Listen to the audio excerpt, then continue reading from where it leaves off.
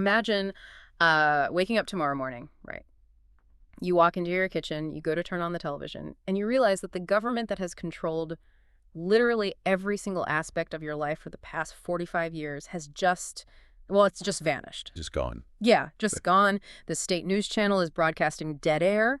The morality police are nowhere to be seen on the corner. The massive, omnipresent security apparatus that told you what you could wear, what you could read, who you could love, it has entirely evaporated overnight. It is. I mean, it's the moment every revolutionary dreams of, right? Exactly. But according to the blueprint we are unpacking today, that first quiet morning is actually the most terrifyingly dangerous moment in a nation's entire history. It really is. Because, the absence of a dictator isn't magically democracy. Right. The absence of a dictator is a vacuum. And historically speaking, vacuums are just violently unstable. Violently unstable. And that really brings us to our mission for today's deep dive. We are looking at a really incredibly specific high-stakes blueprint for nation building. Yeah, and it's a fascinating document. It is. The source we are poring over today is this extensive, deeply detailed essay by Paramendra Kumar Bhagat. And it's titled, Preparing for a Smooth Transition: How Iran Can Rise from Regime Collapse Without Chaos. Now, before we really get into the weeds of this... I'll set the ground rules. Yeah, I want to be absolutely crystal clear with you, our listener. This source material deals with intensely, politically charged concepts. Yeah. It discusses the Islamic Republic of Iran, the actual mechanics of regime collapse, and international security policy. Like heavy stuff. Very heavy. So our goal today is strictly analytical. We are not endorsing regime change. We are not taking political sides. And we are absolutely not advocating for any specific foreign policy. We're entirely neutral here. Our sole mission is just to thoroughly examine and unpack the author's proposed scenarios, the structural blueprints, and the underlying logic exactly as they are presented in this text. Which is such an important baseline to establish, because what this essay really represents is it's like a theoretical stress test of an entire society. The stress test, yeah. Right. It is trying to map out the logistics for an event that hasn't happened yet, but it's doing so based entirely on the hard, often brutal historical realities of events that already have. Okay, let's unpack this. Because the central premise of this entire essay feels, completely counterintuitive when you first read it. Oh, absolutely. The author essentially argues that removing an authoritarian government, which, from the outside looks like an impossibly difficult mountain to climb, is actually the easy part. The real challenge, the true existential danger, begins the exact minute the regime falls. Yeah, if you look at the historical record, it is just littered with successful revolutions that devolved into chaotic nightmares almost immediately. You win the war on the streets, but you lose the peace because literally nobody was prepared for the vacuum. So the primary focus of this text is how to ensure the space left behind by a collapsed regime does not descend into total anarchy. And the author uses this fantastic phrase. They say a society has to have the infrastructure of freedom ready immediately. Not like in a transition committee 6 months later. Exactly. Immediately. On day one. So I want to dig into how these regimes actually fall, because moving from the theoretical idea of, the day after to the physical reality of a collapse is jarring. And the essay uses a specific metaphor here that I think really frames the rest of our conversation perfectly. They compare an authoritarian regime to a glass tower. It's a highly accurate encapsulation of how authoritarian power structures actually operate mechanically. Think about a glass tower. Okay. It looks totally immovable. It reflects the sky, it dominates the entire city skyline, and it can stand there looking entirely formidable for decades. It projects this image of total impenetrable strength. Right, it looks permanent. But structurally, glass is incredibly brittle. It does not bend. It doesn't sway with the wind like a modern steel-framed building would. So when the pressure mounts, whether that's internal economic pressure or maybe external geopolitical pressure, the structure doesn't slowly deform or compromise. It just snaps. It holds rigid until it can't, and then it fractures suddenly, violently, and dramatically once the first real cracks appear. Which completely shatters the illusion we often have about historical transitions. We like to think of them as these slow, negotiated parliamentary processes. Exactly. But look at the historical precedents the text cites. Look at the fall of the Soviet Union in 1991. The CIA and global intelligence communities were largely caught off guard because, well, the Soviet apparatus looked completely unshakable in 1989. Right, nobody saw it coming that fast. Or look at the Arab Spring upheavals that started in 2010, or the turbulent aftermath of the Iraq War. In every single one of those cases, the collapse wasn't a neat transfer of power. No, it was chaos. The state apparatus shattered like that glass tower, and the resulting shards created these incredibly dangerous, unpredictable environments. Removing the government was just step one. Surviving the falling glass and building a stable alternative was the actual monumental task. And the essay goes into real granular detail about why Iran's specific landscape makes this dynamic infinitely more complex than those historical examples. I mean, we are talking about a massive country, a population of over 85 million people. Right, 85 million people spread across a really vast and varied geography. You have a highly educated middle class, you have this deep cultural and national pride, and perhaps the most complicated mechanical factor in all of this, the massive parallel structure of the Islamic Revolutionary Guard Corps, or the IRGC. We really need to explain how entrenched that actually is, because for a lot of people listening, when they hear military, they picture, soldiers in barracks. Oh, it is so much more than soldiers. The IRGC doesn't just control the guns. They are deeply, deeply entrenched in the civilian economy. How so? Like, what do they actually do? Well, they own massive construction conglomerates, they control telecommunications networks, they run ports, they oversee major infrastructure projects like dams and highways. Oh, wow. Yeah, they operate essentially as a massive armed corporate monopoly that parallels the actual government. So when you talk about the sudden dissolution or fragmentation of a security apparatus that holds the keys to both the military and the underlying economy, it guarantees a level of uncertainty that is just hard to overstate. But the author doesn't just list the challenges and paint a picture of doom, which I appreciate. They highlight the latent potential here, which is deeply rooted in Iran's history.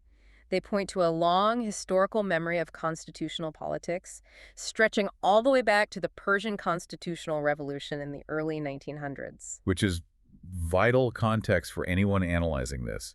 It means the concept of constitutional representative governance isn't some, foreign concept being imported from the West. Right, it's not a new idea for them. No, it's already a fundamental part of the national memory. Furthermore, there is a very vibrant intellectual tradition in Iran.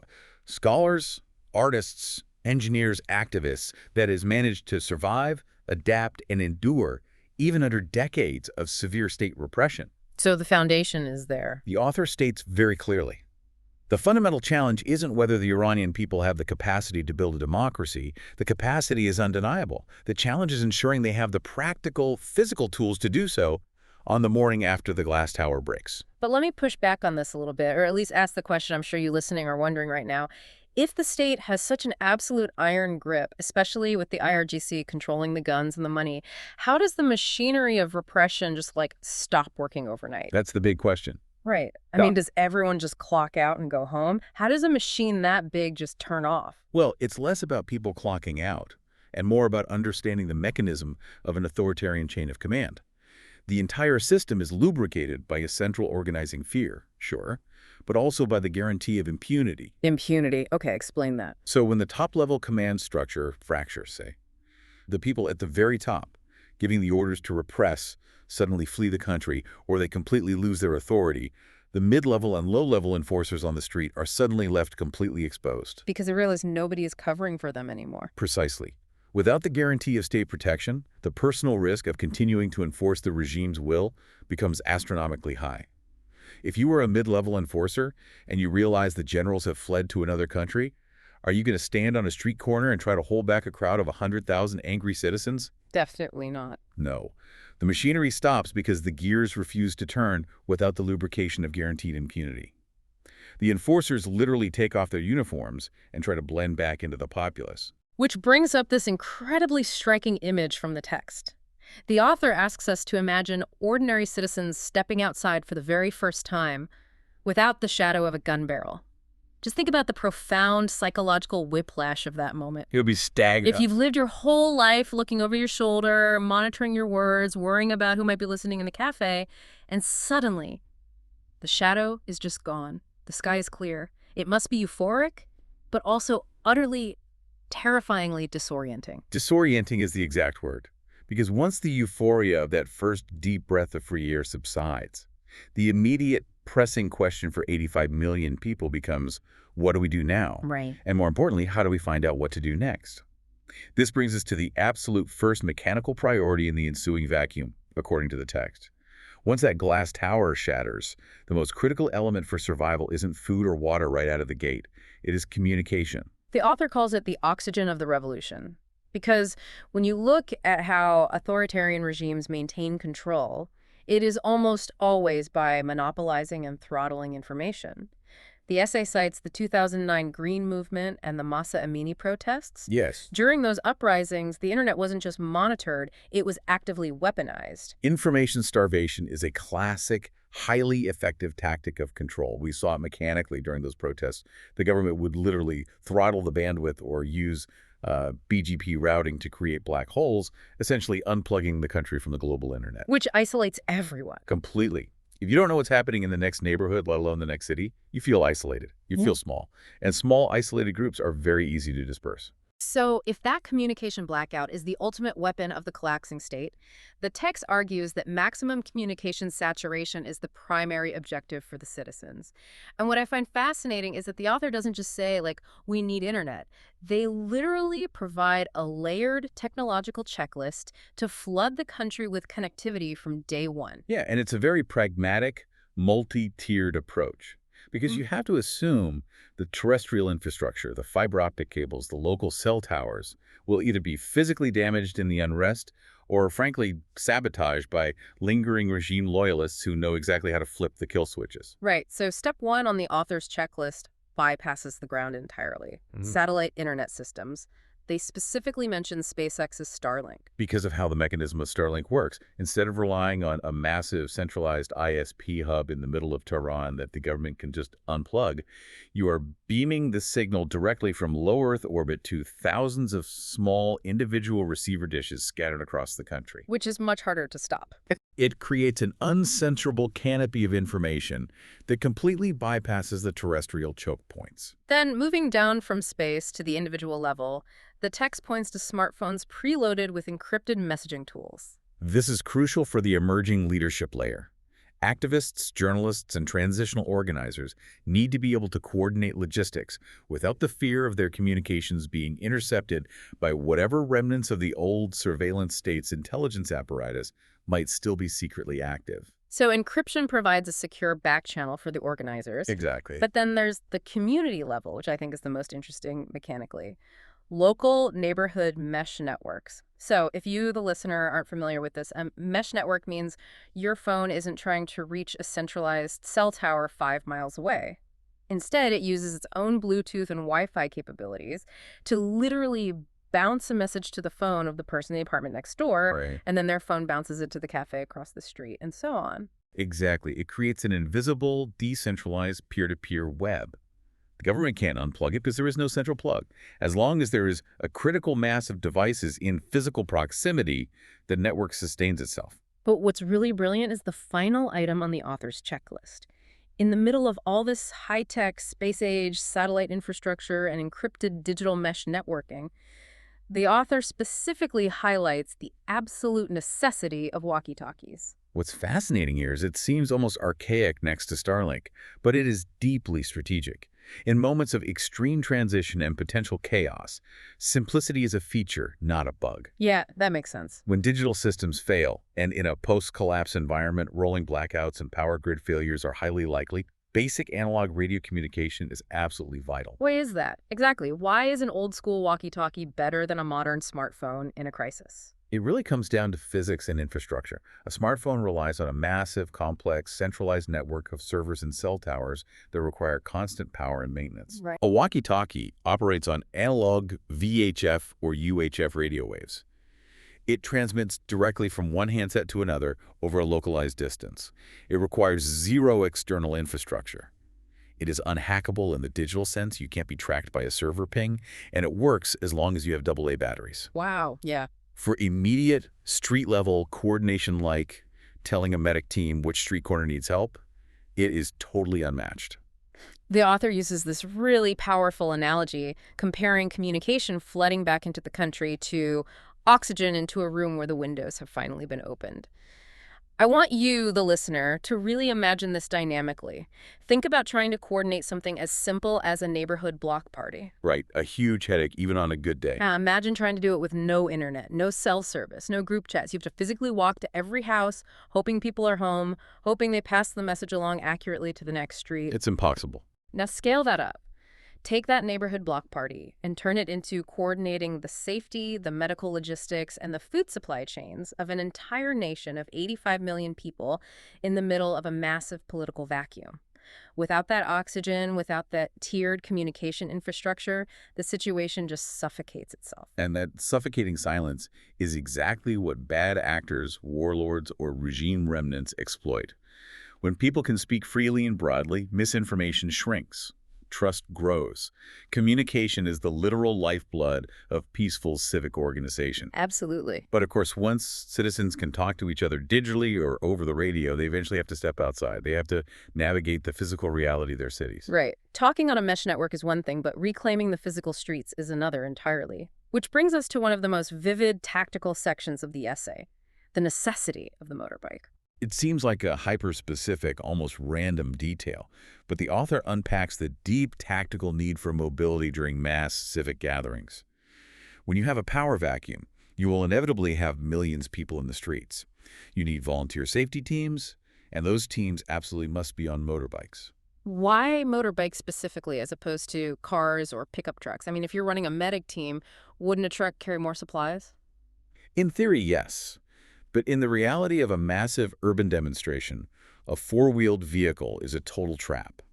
Urban environments during mass protests become totally impassable. A truck just gets stuck in gridlock. Right, you can't move. Motorbikes, on the other hand, allow for rapid response to localized threats. They can weave through dense crowds without injuring people to clear demonstration routes safely. They can deliver a first aid kit or a medic exactly where it's needed in minutes, and they act as the physical, logistical glue connecting different, isolated parts of a massive, congested city like Tehran. But here's where it gets really interesting, because it's deeply psychological, not just logistical. The text dives into the symbolism of the motorbike in Iran. For decades, the regime's paramilitary enforcement arm, the Basij militia, used motorcycle units specifically as a tool of intimidation. Yes. For context, the Basij are a volunteer paramilitary force operating under the IRGC. Historically, during protests, they wouldn't just use motorcycles for transport. They used them as weapons of terror. Oh, wow. Yeah, they would ride massive groups of motorcycles directly into crowds of unarmed protesters to physically break them up, swinging batons, creating chaos and panic. So the sound of a motorbike engine in that context isn't just traffic noise. It is practically a conditioned psychological trigger for terror. It was the physical manifestation of state violence arriving at your doorstep. Exactly. Which is why the author's proposal to put the citizen safety teams on motorbikes is such a profound psychological pivot. It's a complete psychological reclamation. It makes me think of an analogy. It's like when a neighborhood that has been terrified of a local gang finally decides to band together and reclaim the local park where the gang used to hang out. I like that. Right. The swing set is exactly the same, the park benches are the same, but the power dynamic has completely shifted. You are taking the very sound that used to make people run and hide in their homes, the roar of a motorbike engine, and you are actively turning it into the sound of collective protection. That's a great way to put it. You are completely overriding the trauma. The tool of tyranny literally becomes the instrument of liberation. It signals to the populace, on a deeply visceral level, that the streets genuinely belong to them again. Okay, so let's zoom out. We have citizens communicating securely via satellite and mesh networks. We have volunteer medics and safety patrols on motorcycles securing the physical streets. But that's just grassroots survival. That's securing the neighborhood. Who is actually paying those medics? Right. Who is negotiating with the United Nations so the borders don't close? Who is managing the currency? The streets might be safe, but the throne at the center of the country is still completely empty. And a society cannot survive in a state of indefinite grassroots improvisation. To actually heal and move forward, the massive power vacuum at the very top of the government must be filled, and it has to be filled swiftly to establish a legitimate, centralized authority. Which moves us into the architecture of the transitional government. The text tackles this head-on, and it starts with a name that carries an immense amount of historical weight. Reza Pahlavi, the son of the late Mohammad Reza Pahlavi, the Shah, who was overthrown in 1979. Yes. The author notes that his name has actually been chanted in recent protests inside Iran over the last few years. Yeah, and the author addresses this carefully. They acknowledge his potential role as a unifying figurehead. Because of his historical lineage, he holds a certain symbolic resonance for segments of the population, and he could potentially act as a recognized symbolic leader to help legitimize the transition on the international stage. But, however, the text is incredibly firm on the mechanism of actual governance.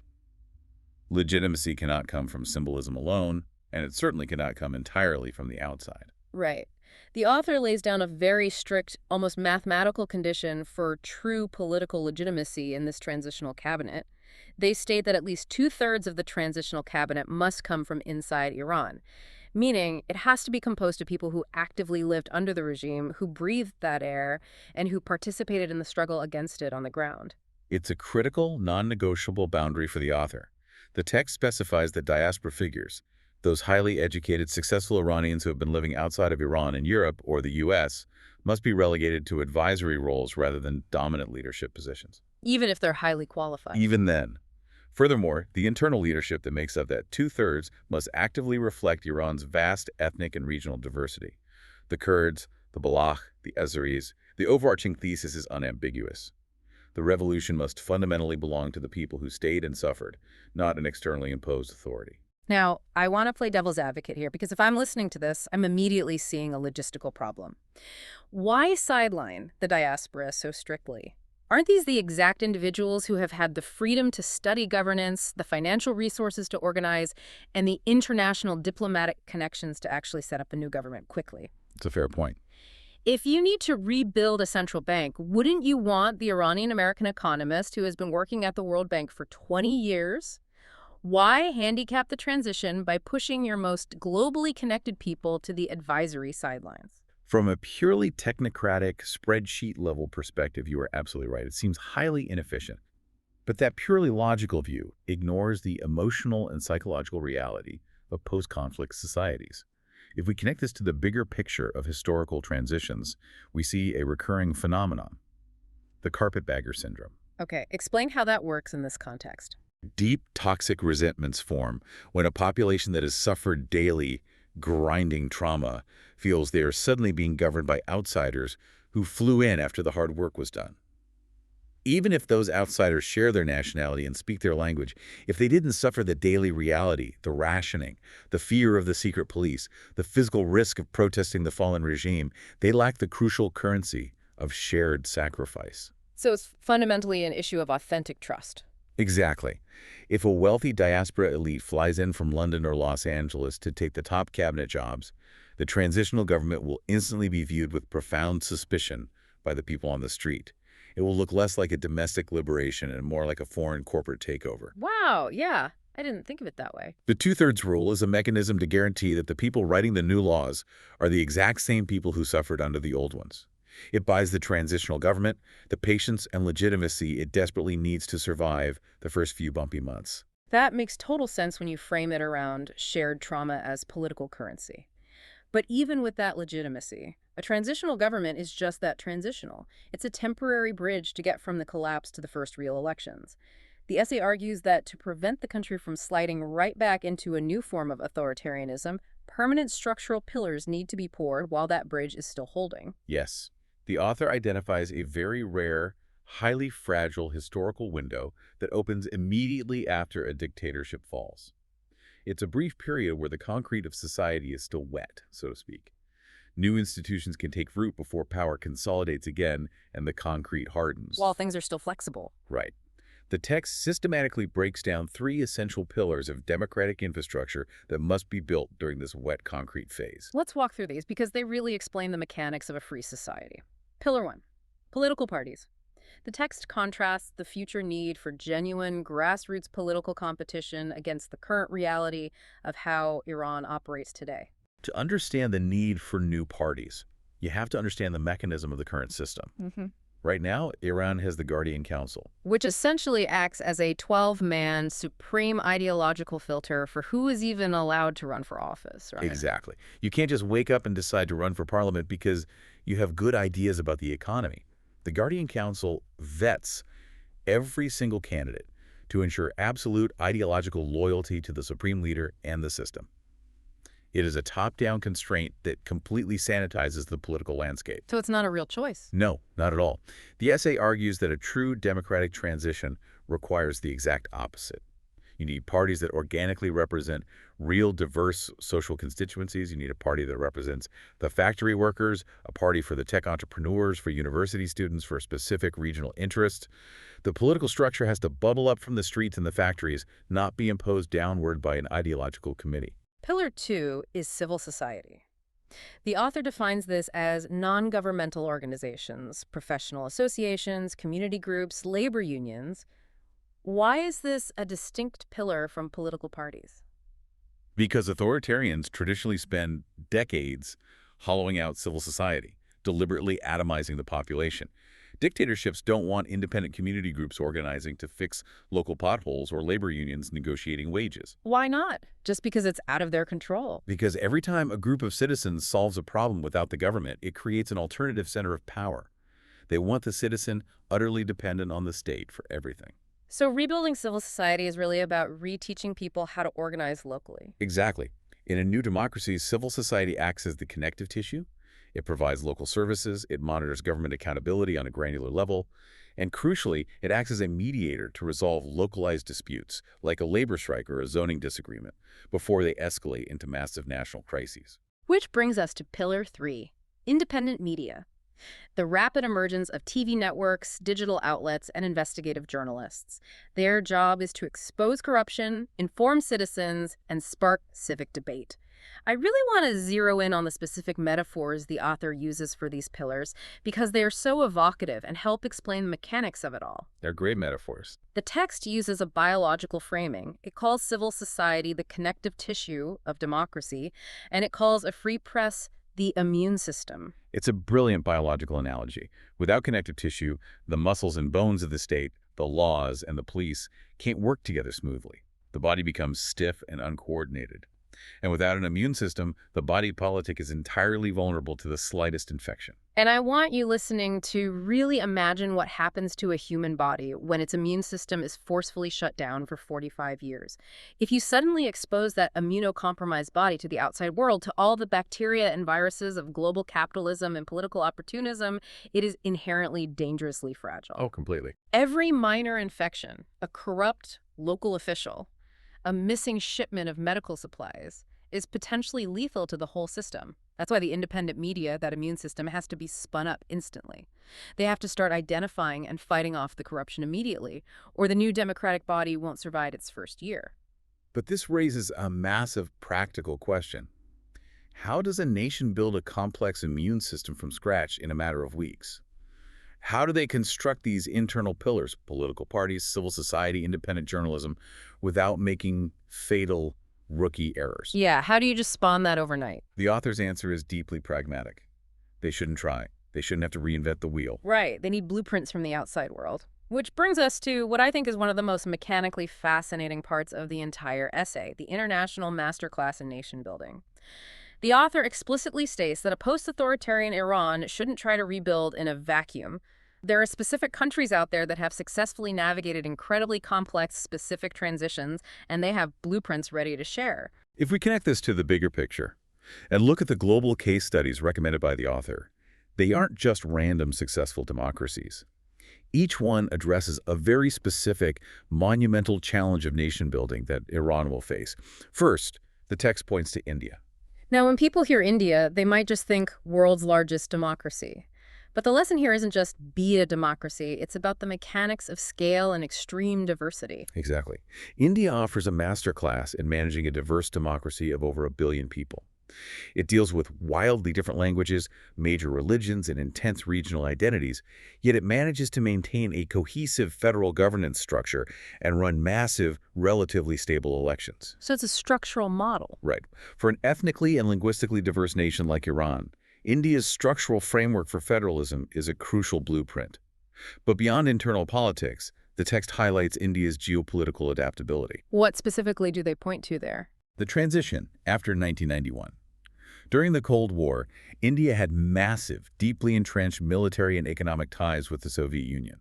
When the Soviet Union collapsed, India had to execute a massive, delicate diplomatic pivot to maintain relations with the new Russian Federation while simultaneously opening up to the West, all without triggering a total economic collapse or a military supply chain crisis. Oh, I see where this is going. A democratic Iran, stepping out of its current alliances, would need to execute a very similar massive pivot in its global relationships.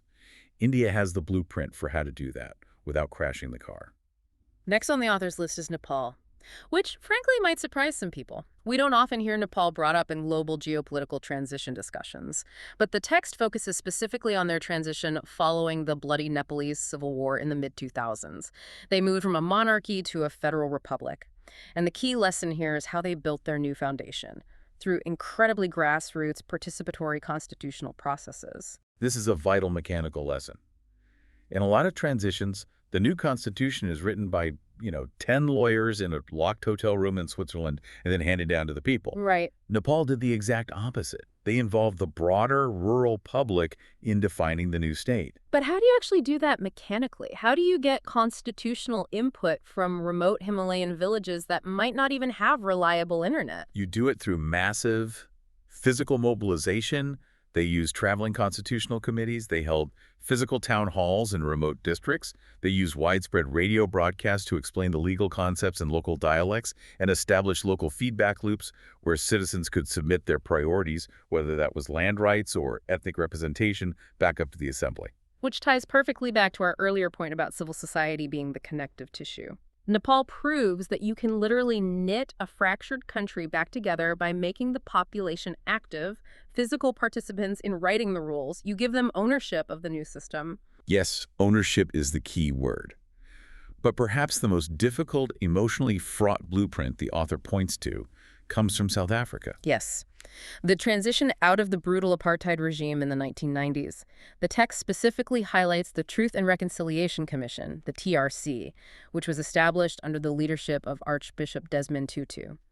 The core philosophy of the TRC was seeking profound truth and public acknowledgement, rather than pursuing endless cycles of violent revenge. To understand why this is a blueprint, you have to look at the psychology of a post-oppression society.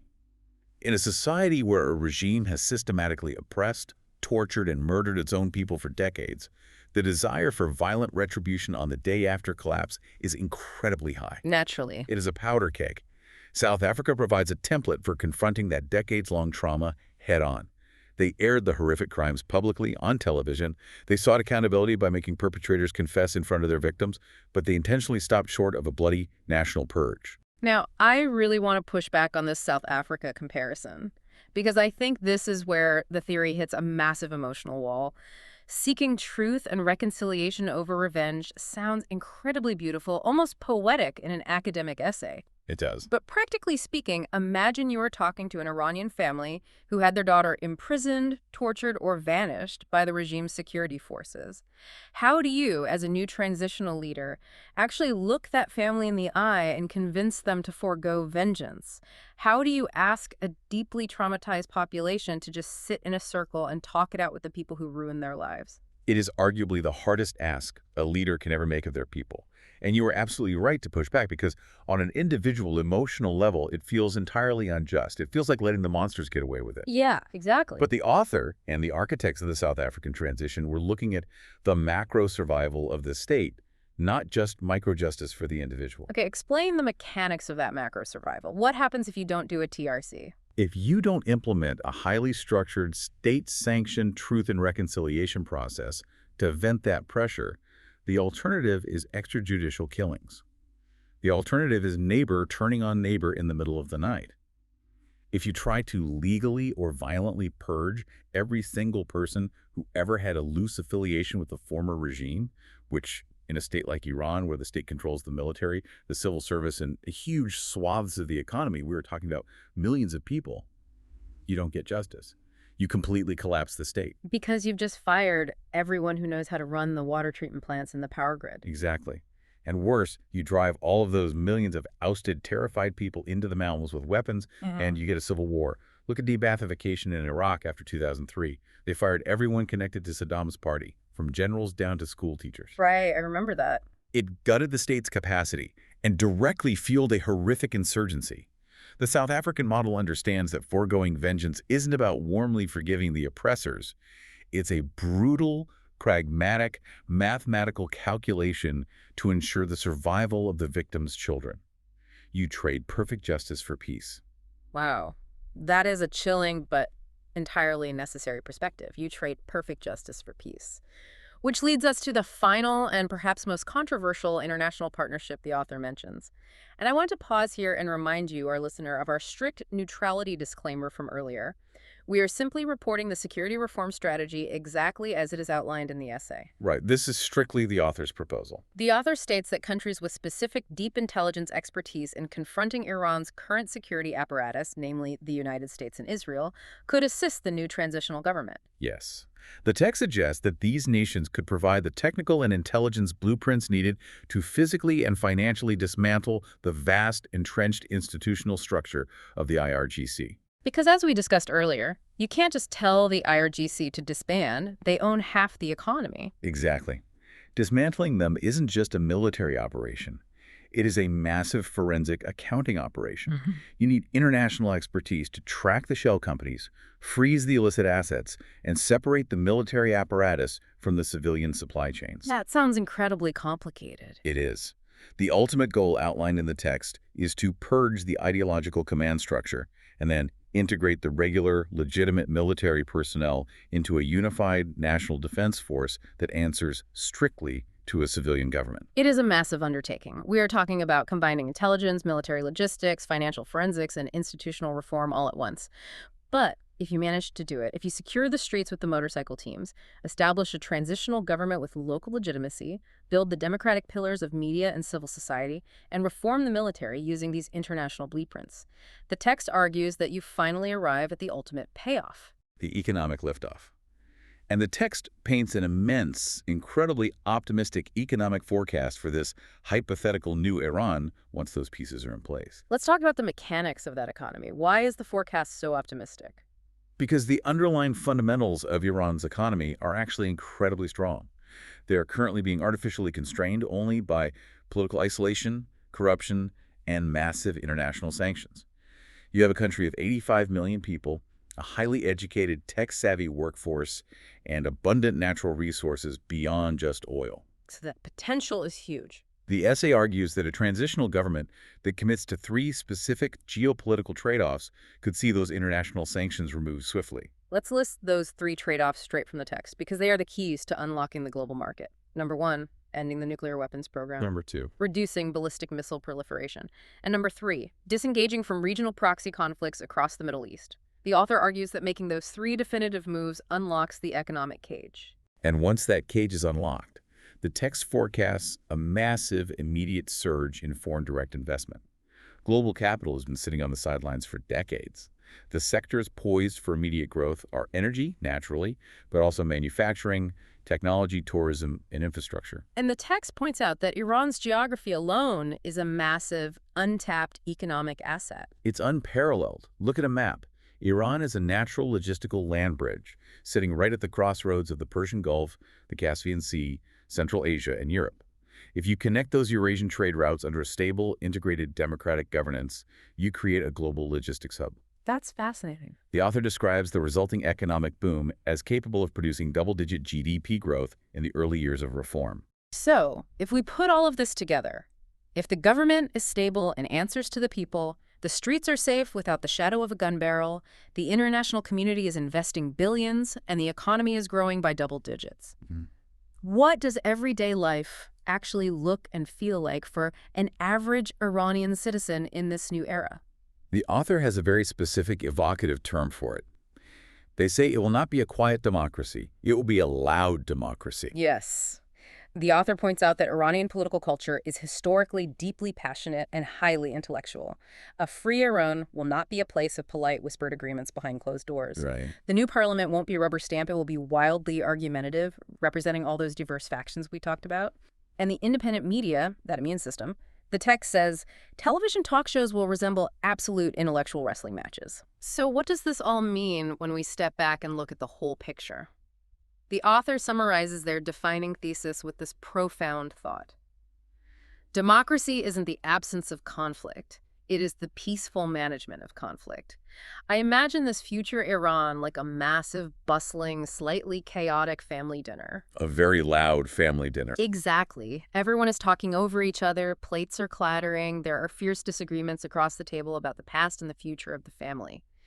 It might be deafening and look totally chaotic to an outside observer, but fundamentally it is healthy. Because no one is locked in the basement, everyone has a seat at the table, everyone gets to eat, and most importantly, no one is afraid of the shadow of a gun barrel while they argue. That is a brilliant way to conceptualize the mechanics of freedom. The noise isn't a sign of failure. The noise is the sound of a functioning immune system. It is the sound of a society actively negotiating its future. But getting to that loud, healthy dinner table requires surviving the most dangerous, fragile part of the entire journey. Which brings us to the author's final synthesizing warning. The fragile window. The author concludes the essay by reminding us of a harsh historical truth. History's greatest, most generational mistakes rarely happen during the actual fighting of a revolution. They happen in the delicate, highly confused, murky hours and days that immediately follow the collapse. Yeah. The text posits that the actual military phase of a regime collapse might only last a matter of weeks. The glass tower shatters quickly. But the political phase, the decisions made in those first few days about satellite communication, about motorcycle safety teams, about who sits in the transitional cabinet, and how you handle truth and reconciliation, that tiny window of decision-making will shape the entire next century for the region. Which means the absolute worst time to figure out your post-collapse infrastructure is while the collapse is actively happening all around you. Exactly. The time to plan the day after is before the first crack ever appears in the glass tower. The blueprints must be drawn now so that when the structure finally shatters, the nation doesn't wake up to anarchy, but to a foundation ready to support its ancient civilization. It is a deeply sobering timeline to consider. You have weeks to win the fight, but you only have hours to secure the peace. It really makes you rethink the hidden mechanics of how human societies hold themselves together on a daily basis. Absolutely. Which leaves me with a final thought for you, our listener, to mull over as we wrap up this deep dive. We've spent a lot of time today talking about massive geopolitical infrastructure, satellite internet arrays, international diplomatic blueprints, and constitutional assemblies. But if you strip all of that away, the core of this entire essay is really about human trust in the absolute absence of authority. Yeah, that's the heart of it. If the true test of a society isn't how bravely it fights a revolution, but what it chooses to do on the very first quiet morning after the old rules vanish. Ask yourself this. If the systems governing your own life, your own city, suddenly vanished overnight, who in your community would you actually trust to build the new infrastructure of freedom? And perhaps more importantly, would they trust you?